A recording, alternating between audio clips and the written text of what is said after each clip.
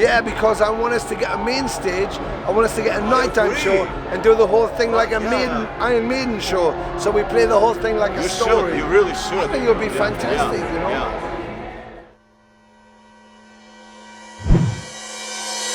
I'm Tomislav from Antichrist Metal Sign, and we are at Wacken, and with great privilege, with great honor, we have Tony Demolition Man from Venom Inc. Man, thank you so much for your time. Thank you very much. Thank you very much for coming to talk to me, and thank you very much for us being here. You know, it's you know, when I talk to young people and they maybe get tattoos or they maybe get piercings or they listen to, you know, Mayhem or Bathory or the current black metals, and they live in a place where they go, nobody understands me and I'm ostracized and I feel alone.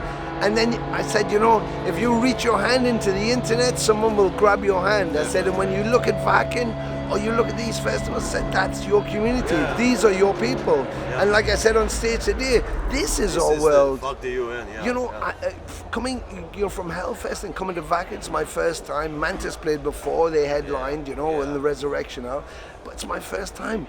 And Hellfest was my first time. And I go, you know, you look around, the art, the sculptures, the tattoo, the piercing, the variations in the incredible music, from young guys to, you know, people like me. Anthrax are on right now. You know, you look at all of that and think, fucking hell, this is who we are. Artists, incredible creators, you know, journalists, photographers. You know, we play all these festivals, and then I get like 1 million photographs, and a lot of the photographers work for magazines, and some of them are just freelance photographers. And you see all this stuff and think, oh my God, this is who we are. These creative people who grow up feeling like nobody understands me, and you come here and go, we are your family. This is your brotherhood and sisterhood. I agree. You know, and I love that. And when I'm on stage and I look out and people try and put the negative on satanic or the darker elements of our music, I don't see anybody not smiling. Exactly. It's like all helping each other, you know. That's the beauty of this. I was at like the first row, like everyone's just having smile, like from ear to ear, like Countess Bathory, black metal, you know, Riff Raff. It's like, yes. They couldn't And believe they're hearing it, you know. And like Lady Lust, you know, and when we do the full set, I picked loads of B-sides out, and Mantis goes, why do you want to play that? I go, trust me, I mean, on the first tour we ever did, I was putting Sons of Satan in, Poison, and he was going, I don't know if these will work live, because they never did them really. And you play them and they become anthems. I said, this is how we've affected people's lives. This is what the music's done. And I said, there's some guy who lives in a tiny house on a mountainside, I said, who listens to Venom, and it's helped him, it's influenced him, and it's our duty to go and see him, and to knock on his door and go, hey, we're Venom Inc., we're here, and to play. And that's why we've been to Costa Rica, I mean places, Tampico, Mexico, you know, I get everywhere tattooed. I got Wacken tattooed on me the minute I got here. It's important. I said 1 fan or 10 million fans, they're all as important. You know, we went to Australia, we played New Zealand, and I said, I want to show in Tasmania. And they went, yeah, nobody really goes to Tasmania. I said, well, then we should go. And when we got there was a young guy, about 22 years old, from head to toe. He had every Venom patch I've ever seen. I mean, he was just Venom. And then after the show we played in Tasmania, they said, how come you came to Tasmania? Nobody comes here. I said, you see that guy there? That's why we're here. You want me to fly over his house twice? And look at him, he's just Venom. If you snapped him in half, it said Venom. I said, it's my duty to bring Mantis here so he can watch that man play black metal, play those riffs. I said, you know, and okay, it's me, it's not Kronos, but I don't care about that. It's not about that, it's about the music now. It's the music that feeds us, and if it's real, it feeds your soul, and that's what it's about, you know. So for me, to be on stage and to see that, to feel the audience, it's magic, it's magical, yeah. Let's talk about your current album, Ave. It's been like 2 years. So I remember in one interview, Mantis has mentioned that you're working on new material. Yes. Yeah, it's supposed to be released in March, but yes. There's like no talking. My target initially was March, but we had Mantis had a heart attack, and so we had to delay a lot of things. he actually died and then came back to life. So we've got the only real zombie in a band. But 11 weeks after he died on a table and they saved his life, we were on stage in Finland playing a festival, and then Bloodstock.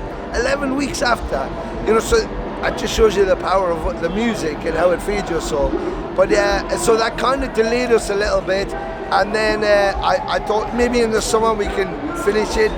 But festivals came in, and it was we just couldn't get to it. Then we got offered Danzig for 7 shows in the US. Then we got offered the Misfits in Chicago, and then it was like, fuck, these are huge shows, 15,000, 20,000, 25,000 people. It was like, we have to go. So I put the album towards the end of the year because I have surgery to have. So I thought, well, after Wacken, we won't do anything until February, which gives us all the time to finish the album so we can have it out for next March. So I think I was a bit presumptuous hoping we could get it out last March, and I tried all year. But the response to Ave was so great, and we had a problem in the percussion department, and we ended up, the album ended up as it was, and we were very proud of it, very happy with it. But one thing that me and Mantis have always done in our long history of working together in and out of Venom, out of Venom, we've always worked together, is we try and be better than we were the last time. So we don't try and be better than his album or their album or what's happening. We just try and be better musicians for ourselves. Every time we go on stage, it's the first time we've ever played. And so it's a special show. Every show is special. When people say, which is your best favorite show, it's like, they're all my favorite, because they're all that audience is the first time. So they're all special. And the same thing with our music. So we're finished the writing. We're just going to spend from now till January completing it with the artwork and everything else. It's all kind of done. We just want to mix it and get it all finished. Some vocal to do, a bit of bass to do. All the guitars are done, the drums all being done, and all live drums now, which is amazing. We've got that live feel to it, and we're looking to March. But I think one unusual thing for us, and I think it's a pleasure, is that Nuclear Blast don't pressure us with the release time. When I turned to them, I said, what's your schedule for us to release? Yap, who's like one of my oldest friends, said to me, when you're ready to release it, just tell us and you can release it. And I was like, wow. So, we feel very special, and they've been so supportive as a label. And, for 100 years I wanted to be part of Nuclear Blast because they were fans of music like this. I mean, started in 1990 from one tent. Look at it now, it's like a city. It's bigger than some countries. And this is our music. And so we're very lucky to be on Nuclear Blast. But yeah, we will be finished it by Christmas. I have my operation in 2 weeks' time. Then we just do the album. It'll be better than RV, I promise. And we'll be out touring it from March. So we're excited about it. Is the album title done, or is the lyrics are just in process? Well, Mantis, we write in kind of a way where sometimes Jeff will just write, because he lives in Portugal, he has a studio there. So I go there and then we finish stuff off. And sometimes, like, I might write a song and the lyrics, or just some music, or just some lyrics, and he might complete songs, or we leave stuff. And then we get together and we say what we like, what we don't like, and we play about with it, But album titles keep coming all the time. And I think, oh, that's the album title. And then I have the artwork and go, brilliant, I love that. And then I see something else and go, oh my God, I love that title. But I think that's what's amazing. I put a thing on social media and I said, I'm looking for an artist to maybe redo a logo. And I swear to God, I got like 100 or 200 artists and people recommending artists. And I thought, okay, well, I'll try and look at everybody. And every fucking person I looked at was like classic cover, classic artworks. It's like, oh my God, this is who we are. These are who we are. These are the artists, And I think it's absolutely stunning. So, working titles we've got, and we'll see at the end. I kind of used to, with Venom, I used to go in and I never wrote any lyrics. I just wanted the music to tell me what to say. And I feel the same now. Music, I say music in colors and images, and so when we play, I just need to hear the music, and it tells me what it wants to write. if that's a divine source or a divine source, I don't know, but it tells me what to write, you know. And so I just, when we did Wastelands or Primeval even, I went in with a pen, and the studio engineer went, so are you ready to do vocals? Yep. And he went, so do you want to give me the lyrics? I went, I don't know what they are yet. And he was like, well, how are you going to sing them? I said, the music will tell me what to write. So I had a pen and a piece of paper, and from the first chord I just started writing. It's like something else was writing it, the music was writing it. And I think that means it's very genuine. So you're not trying to write a Dio type track, or a Sabbath, you know, or a Metallica track, or something commercial. You're just letting the music express itself. And when I look around something like this with so many stages, death metal, black metal, the most amazing players from all ages, I think fucking hell, you know, this is the creative hub of everything. And that's what's expressive about it, the music. So the music will tell you what kind of band you are, what you want to do, and how you want to play it. So, yeah. But you already mentioned Wastelands. Wasteland. The original cover, the original name for the album was "Kissing the Beast," right? Yes. Yeah. But you saw the covers like this. Does not look like "Kissing the Beast" album, right? Well, yeah. It was kind of strange because Abaddon was reading a book, The Wastelands, and so he had this idea. So he had an idea for a lyric about the Wastelands, and that's how it kind of. And I think by then, you know, because I think the production on Temples wasn't very good, and the cover wasn't very good. Wastelands again. On Primeval, I wrote Primeval, Parasite, Black Another Priest, Carnivorous, but I thought it was important to have Mantis in the band, because when I was approached by Abaddon, I thought, you know, Kronos is going to do his own thing. I said, for me, Venom has to be at least two of you. It can't be just one guy. And no disparage against what Kronos is doing, because I'm a Venom fan. And I was a Kronos fan, and he's a friend of mine. I've known him for a long time. Well, he's not a friend of mine anymore, but that's his choice. But, you know, we've known each other since we were kids, teenagers. So, you know, I'm glad he's out there. But my thing with the Venom Inc. thing was, fans should be able to see all of them. Yeah. And if you can't see them all together, okay, well, see them separately. But here, those, you know, that's still the guy who played Hammersmith and played those songs, and so is that, and so is that, and wrote Bloodlust and Nomine Satanis, Welcome to Hell. You know, these are the guys. So if I have to stand there, people can throw bricks at me and spit whatever they want to spit at me. I don't care. It's not about me. It's about the music and what it spoke to a generation. And you know, it's the same thing with the Sex Pistols for me. They spoke to me, and the Sex Pistols music told me it didn't matter if I was really good. I could still make a statement, and that's what made me want to do it. And then seeing Motorhead was like, oh my fucking God, what is that? I want to do that, you know. And those two things make you want to play. And for each generation, there's something. And for this, there were black metal generation, you know, it was Venom, you know. And the kids now are looking at Immortal and Mayhem and all the Bathory, you know. I remember Bathory when he did the first album, and his first photo shoot was like Kronos, and that was his influence. By the time we got to the second album, Quorthon became Quorthon, it was magical, and that led to black metal. All those bands, you can't listen to Immortal or Mayhem and not hear Quorthon. It's like, wow, that's amazing. And like Tom's going to play the Hellhammer thing. You know, like, I remember Tom Warrior put the Hellhammer demo into the Venom bus in Switzerland. Yes, the demo, him and Martin were outside the bus, put the demo into the bus. It came in that window and it went out that window. Oh, come on. I told Tom at Bloodstock, because they were like, what's that shit? You know, because, but for Tom it was like that was his inspiration. Yeah. And then I think he went to Celtic Frost because he thought, hang on, I need to be me. I don't need to copy them, I just need to be me. And he's been him ever since. And Triptychon, you know, whatever they think of Triptychon, the reason I love Tom Warrior is because he's an artist. He's an artist, you know, like Geiger was.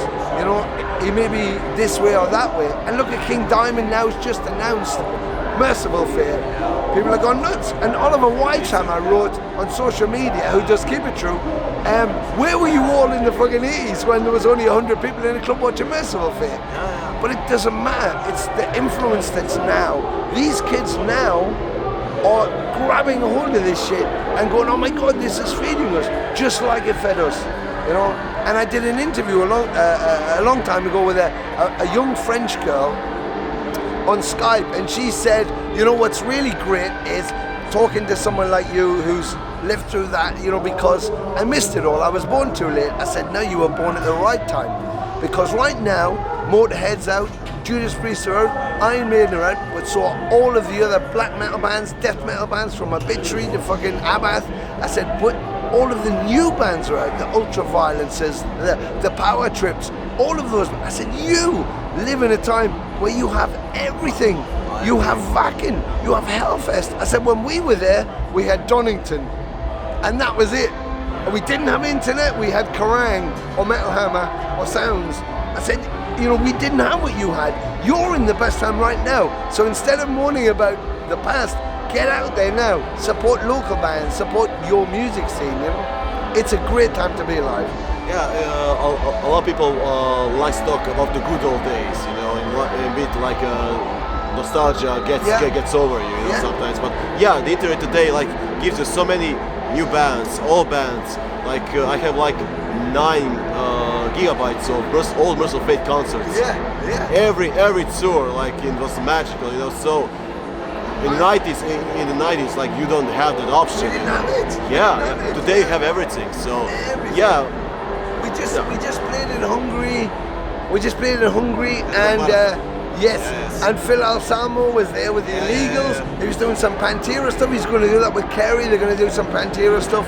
I mean, fucking Anthrax are on stage now playing Indians. I remember being in a club in Dortmund for the beer festival 1980, whatever, when this was released, and we were all going, fucking hell, Indians, and we were all jumping around singing it. And here they are now. And if you go out there and you look, people are losing their shit. Not just old people like me, but young people too. That's what I love. It's like, you know, it's happening now in the biggest way possible. And I love that. And when you get to Gene Simmons or, you know, someone sitting in there like palatial fucking LA or whatever going, yeah, well, you can't make any money and metal's dying. It's like, yeah, is it dying, or is just the corporate industry, the big players, they can't control it, so they call it underground. They you know, here's a question. Who asked you or me if you wanted to buy any more vinyl records or not? Who asked you if you wanted to buy any more CDs or not? Well, nobody asked me. I don't remember someone going, do you want to buy vinyl? Because we're going to close all the vinyl stores. We're not going to make it anymore. Or CDs. Nobody asked you. The industry just did it. And then they use an excuse to go, nobody wants it anymore. Right? Well, if I can't buy it, you go, well, it's because you don't want it. I didn't say I didn't want it. I can't fucking buy it anywhere. You've closed all the stores because they thought if we go online, we can save a load of money and we can make it. All that shit, yeah, so the artist gets nothing, you know. The big problem was actually that like 5 people decides for like 5 million what to listen to, you know. Exactly. You're like, you can, like, there are no CDs, all that, and you come to here like, at Wacken where it's like, I'm avoiding that street because I'll go bankrupt. Yes, exactly. Really, Me exactly. too. I was Me like, too. Jesus, I don't have that much money. I People don't go have money to come back. You know. Every festival they go, Ton, do you want to go and have a look? And I go, no, because I'll just take everything and I can't carry everything. And I remember when laws went on about the online. And everybody said, Lars Ulrich, what a fucking wank guy, just interested in money, blah, blah, blah. And when they said to me, what do you think of Lars Ulrich? I said, he's right. And they were like, yeah, but it's all about money with them. And I said, he's right. But time will tell. And what happened, everybody now goes, oh my God, Lars was right. Of course he was, because he saw what they were trying to do, because he was already up there going, hang on, he wasn't interested about Metallica. Of course, he didn't want people to steal a Metallica album and listen to it before they'd finished it. But let's say you make something for me. I said, could you make this for me? And someone steals it before you finished it and gives it to me. You'll be like, hang on, I haven't finished it. I go, oh, it doesn't matter, I've got it now. It's okay. But you go, but I haven't finished it. When I finish it, you should judge And that was what was Loz's problem, and I think that exposed the industry, and they didn't like it. And I think the only reason they call it underground, this is underground, is because they can't make the money off it they want to make. But this is where we live. This is where we breathe. You can play a club to 200 people, and people say to me, or I hear stuff, Conrad will say, or whatever, they play clubs to fucking 150 people. Yeah, 150 fans in Kuala Lumpur. Who can't afford to go to a fucking huge festival somewhere or travel to fucking Europe to see us. So you don't want me to go to a place where there's only 150 fans, but they are fans. They're freaking out. I'm gonna fucking go there. Because anybody who's bought a fucking Venom record needs to hear the band, and they have a right to. It's like, so you want me to take their $20 or whatever it is and buy our shirts, buy our shit, buy all of our crap online, but I won't play for you because why do I want to come there? There's only 50 people. It's like, fucking hell. That's I always liked it with your incarnation of Venom, when even Primeval, The Wasteland, that you always play in clubs, while the Kronos version plays only festivals. And of course, not everyone can go to the festival, like travel for 1,000 kilometers.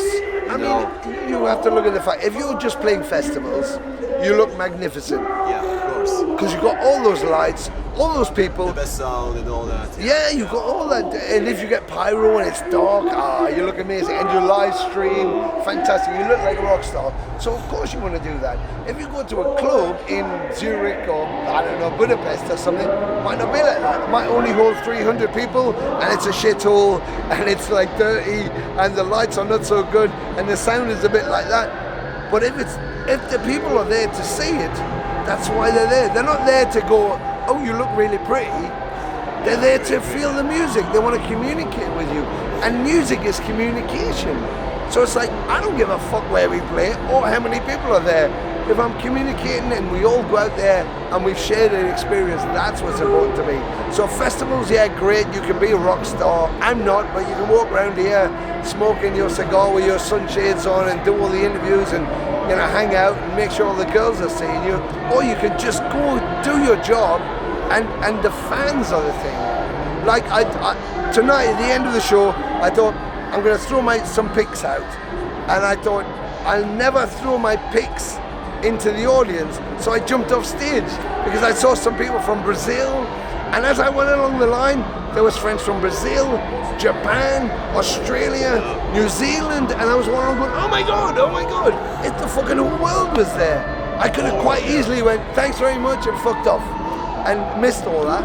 But it's like, that's what it's about. That's what it's about, It is about communication, and it's a global phenomenon, and we need to support it, and we need to keep that alive, And that's what's important. The rock star bullshit, and I want this, I want that. If I walk into the dressing room, they always go proudly show us here's your fridge full of beer.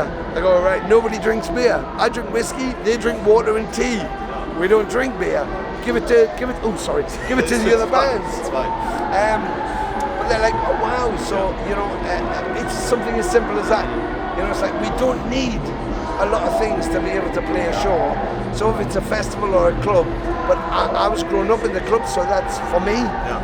I was growing up through punk, so in a club, when I'm in the audience, that was where it was vibrant and alive. So for me, it's always better in a club, It's great to come to festivals, of course. You mentioned the problems at the drum percussion department, so I'm asking what happened to Abaddon and how did you found War Machine, the new drummer? Well, what was weird is we had John Zazula and then Chuck Billy from Testament as our management. Yeah. John was an old friend. He was the first one to take Venom to America, and of course Metallica and Megaforce. And so we're all friends, and I needed help with management. So I called John and I said, I know you're old and I know you're kind of retired, but I need help, please. So he agreed, and he was working with Chuck Billy and a couple of other people as a management team. So they came on as management.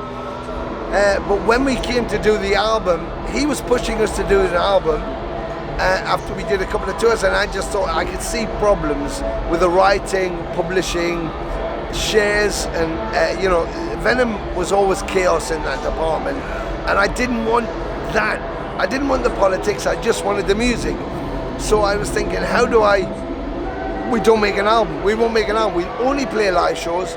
We'll start it, the first single, In League with Satan. I'm going to play every song Venom ever did to where Kronos became the band, and that's what I'm going to do. So if it takes 2 or 3 years, we'll play every song ever played by Venom. That's what I want. Through Resurrection. I want to hear you playing Leviathan. We've been rehearsing it. I swear to God, I said, shh, don't say that. You didn't hear that. Edit that out. But yeah, everything, because I'm going, awesome. It's the songs that people go, oh, I never heard this or I never heard that. It's why I took like Dead of the Night. We played Dead of the Night for the first time on for a Wacken thing in Full Metal Holiday, and people were like, oh my God, they're playing Dead of the Night. I said, yeah, Woman. We played Manitou in America. I said, I want to play the songs that people should hear, all the songs live, and so that was my kind of thing. And I think through that journey, but we with Abaddon, he just hadn't, it'd been so long, but he hadn't practiced drumming, he hadn't adjusted. And he felt old, and he felt it was a struggle for him. But I knew he could do it. It was just in his mind. He'd had too long a layoff, so I tried as hard as I can. Jeff was not interested. Mantis was like, fuck it. But I was like, no, this is important. I want to have Abaddon there. And he can do it. He thinks he can't do it, but he can do it. Okay, we're old, we're in our 50s, he's nearly 60, but it's like, we can still do this. And so I tried as hard as I could, but in the end, when we got to the album, he just thought that stuff was too far above him. And it wasn't. It absolutely wasn't. It isn't. Yeah. And we actually wrote for him. So we tried to write for him. We didn't plagiarize Venom. We didn't try to backtrack, but we wrote with him in mind. What would he play here? So we looked at Too Loud for the Crowd, looked at what he plays there as a drum fill. So we tried to make it out so that he could, but he didn't see that. And we did a tour, and Chuck Billy gave us a sound guy. He said, oh, we've got this sound guy, just Sepultura, Exodus, Jeremy Kling, and I went, oh, okay. And then as a side note, he went, and he's a drummer. And I was like, oh, okay. So we thought, well, okay, if we need him, and then it was quite clear through the second half of the American tour, we might need to think about it. We didn't know what was going to happen with Tony, so I got him to learn the set, and he did it in 2 rehearsals. And so he said, yeah, I'm ready whenever, if you need me. And we came back. Tony announced he was going to have a baby with his young wife. Then he was getting married. And so he said he wanted to take a month off. Then it was 2 months off. We had a tour coming up, which had been like 6 months booked. So I was like, what should we do? And John said, well, do the tour. We'll ask him if we can dep somebody in. We could use Jeremy. So I said, oh, if we use Jeremy, it doesn't look like we've replaced anybody. He was our sound guy, and he's a drummer, and he was releasing his own band's album. So I thought, well, that's brilliant. So we brought Jeremy in, and it was great. And then Abaddon asked to be paid for the tour that he wasn't on. And I said, well, you can't be, because we have to pay the drummer. And it all went really wrong from there. And he didn't want to come back. And okay, nothing I can do. But I thought, at this stage, it's not about an individual. It's not about your ego, it's not about my ego, it's not about Jeff's ego or anything else. This is purely about the great music, the legacy that is there. So Conrad, 5 minutes ago, he's saying nobody wants to hear the old shit, they only want to hear the new shit. 5 minutes later, we're out, and now he's playing the same set. And then he's dressing like he was in 1982, and then he's dressing like it's like, make your mind up. It's like, what he should do is he shouldn't worry about anything. He should just play great music, play for the fans, tour. That's all he should do. That's all I want to do. It's all Jeff wants to do, and that's what the purity of it is. I don't want Slayer going to play here today. I'm a big Slayer fan. When Jeff died, it was a huge thing. Gary Holt is an old friend. One of the first ever European tours they did with Paul Baloff, who was a friend of mine. We toured together. It was Venom, Exodus, Attencraft. It was on Combat Tour, right? Yes. Yeah, Combat. And they brought it to there, and I was with Attencraft at the time, and Jeff was in, and Gary was in. But so that's a huge history there. I don't want them to finish. I didn't want Lemmy to die.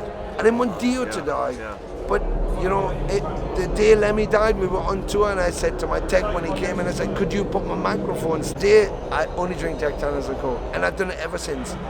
Because he was such an inspiration to me, I want to take that on. And I said to Jeff, you need to be an inspiration to the next generation. They need to see you alive, playing like a fucking demon, and knowing that that's the guy who wrote that. And they can take it to the next stage, you know. I saw one of the comments on your streaming Bloodstock. One of the comments was Motor Venom. Motor Venom, It was really like your stand was really like from Lemmy's and all that. Yeah. Well, you know, I think I was a punk, and I walked into a club in 1978 to see a punk band opening for another band, and they were friends of mine, and I went to see them. And I went backstage afterwards, and I was underage. They were older guys, and the singer said to me, "You should go and watch. You should go and watch this band we're playing with." And I said, "Yeah, what are they like?" And they said, "Well, they kind of got hippie hair, the hippies." I went, "Fucking hippies." I was a punk, and they went, "Yeah, but they're fucking crazy. You love the sound." So I went out into a dark club, about 200, 300 people. I pushed my way to the front. And I heard this sound, and I thought, fuck, it sounded like some kind of truck or a car or a tractor. And it was Motorhead. It was Lemmy's bass. And it went bang like that. And I saw them with the fans, with their hair, with the cowboy boots, bullet belts. And I walked out there going, oh my God, I need to be him. I need that bass, that sound. I didn't know how to even play a bass, but I wanted to do that. And within a month, I had a bass guitar. It was a Rickenbacker. I didn't have any leads or amps or nothing, but I knew I wanted to be that. And I was very fortunate to meet him a couple of times in my life. And in the early days, I was too embarrassed because I'm not a ligger, so and in the later days, I got to ask him. And before he died, a year before he died, I went to a show, and someone said, "Do you want to go backstage?" And I was like, no, he doesn't know me or care, no. But I went anyway, and I thought, fucking, what if he dies? I've got to see him. And I said, what advice would you give me? He said two things: be honest and be good to your fans. That's all you can do. That's the whole formula. The other band that you have, you and Mantas, is Empire of Evil before Venom. Yeah. So how does those two bands coexist? And now, since Empire of Evil to me sounds like Venom. When I heard the first EP, the song Reptile, I was like, this is Venom.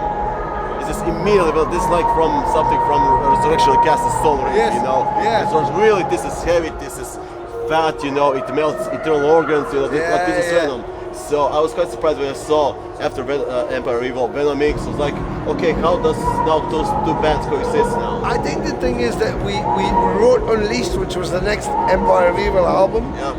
And then Oliver Weishammer at Keep It True came to see me play as Atomcraft in Newcastle. Yeah. And I played Future Warriors, their first album, I did. And then he said, I got Jeff Mantis on stage to play a couple of songs, of course.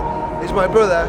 And then Oliver Weishammer wrote me and said, did you know Abaddon was in the audience? I said, well, no. And he said, if I booked Empire to play a Keep It True and Abaddon was there, what's the chance you could play like a couple of Venom classics for the fans? And that's kind of how it happened. So we agreed to do that eventually. But we had their next album ready, and which we still have. So I was like, well, fuck it, we'll just do the next album because it's very different very different. It's still us.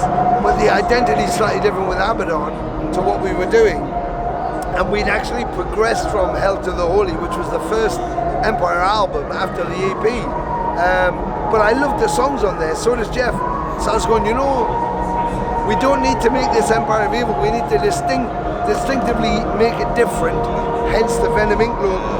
Name and logo and everything else. And that was the agents going to us, you have to call it Venom. And I said, well, we can't call it Venom because Venom is out there, Conrad's out as Venom. I don't want to get into that. And they said, well, think of something that's Venom oriented. So we came up with trying song titles. Jeff came up with Iron and Steel from Die Hard. I was like, that's not a band title. And then I think, what we need to do is incorporate all the music we do. And I went, Venom Incorporated. So it's part of who we are. It's not all what we are, it's part of it. So we can do Empire. So I'm even putting Empire songs in the set. Go, why don't we just play music? You know, at the end of the day, it's not about the politics, it's not about anything, it's just about music. So we can play Hell to the Holy, Reptile, Creatures of the Black, some of my favourite things that we've done. Why don't we just play them? Who cares? Who's going to stand there while we play them and go, you can't play that, or Countess Part 3, or Welcome to Hell, or Poison, or Too Loud for the Crowd. You can't play that because you went on that record. Nobody cares, they just want to hear it. And if it's a good song, it's a good song. And that's all it's about. Of course we want to see Dio sing Holy Diver. But if we can't see Dio sing Holy Diver, does that make Holy Diver a bad song to hear live? When we have some amazing singers. Look at Arch Enemy. That's not the original singer, Alicia's out there, but fucking hell, man. She's fucking amazing. Do I want to hear her sing any of Arch Enemy songs? Fucking damn right I do, because she's amazing. So I think if people let themselves go and just let the music speak to you, if it affects you, it affects you. It's something I always said, even through Empire Viva, I said, come to the show, don't prejudge, I'm not going to go because X, Y, Z. Come to the show, if it doesn't touch your soul, then okay, that's okay. But if it does, you know, if it does, and that's what I'm there to do, I'm there to hit you right where it counts, right in there. So Empire Evil will release new material, or is it a bit on ice because of Venom? No, that was the only reason it got held back, because the Venom ink thing went fucking way bigger, It went crazy, so quick, and it was totally not planned or anything. And it went so quick, and then the album, so it's been on hold. But next year, I mean, I told Jeff we have to finish the Unleashed. We have to do the new album for Venom Inc. And why not? We'll just put it all together. And I think as an exclusive, I've just been talking to Nuclear Blast. The next album, we're going to put a DVD out of like everything we've done. Nice. So I just, because we've got so many great photos, interviews, funny stuff. I've been documenting absolutely everything, thinking, well, eventually I'll put something together. I thought, fucking hell, I want to put something out now with Hellfest, Wacken, Bloodstock, Alcatraz, with all this amazing footage. I said, I want to share that. You know, me getting tattooed even. I want to share that with the fans, because, you know, it's why I stream it when I get it done, because it's like, you're with us. You know, people go, what's it like to play this or play that? Or what's it like to go to Peru or Bolivia or Colombia? I want to bring you with me. So that's why I do the live updates. It's like, I want you to share in, this is yours. The reason we're here is because of you. This is part of your journey too. So that's why I want to put this DVD together. And we'll each do a personal messages to the fans to thank them for all of the support. You know, the likes, the dislikes, makes no difference. It makes no difference. So what's the date? Well, March. I'm going to say March, only because there's a new digital distribution from Nuclear Blast, which takes 3 months. So before you had to finish your product 2 months for promotion, now it's 3 months. So I think, well, okay, if we're finished by December, then we have January, February, March, it'll go. So that's the target again. But this time I know we can make it, because I've said we're not doing any more shows. We have to get this fucking thing done. But you know, I was hoping we could do a Christmas album, because we never did a Christmas album. That would be very nice, actually. A Christmas Eve. I think that Venom did the song Black Christmas. Yeah. I thought, why don't we let a Christmas Eve album we release on Christmas Eve at midnight? With the demon guy from the cover, exactly. like putting like, you know, the angels, like, let's go. Yes, exactly. So I would love that. But if we get finished in time, I'll be there. I've got the artists and the artwork, the layout done, and we've got the tracks. So let's see what happens. But at the best, it'll be a Christmas album, and at the worst, it'll be out in March in time for touring. So. A lot of people will be very happy to see it. Like the new no present for Christmas for King Diamond will be this. I know. Yeah. I mean, I was so excited, when people were talking about the Merciful Fate thing and what King Diamond's doing now, and Tom doing the Hellhammer thing, and I just think, we should just do something as pure as that.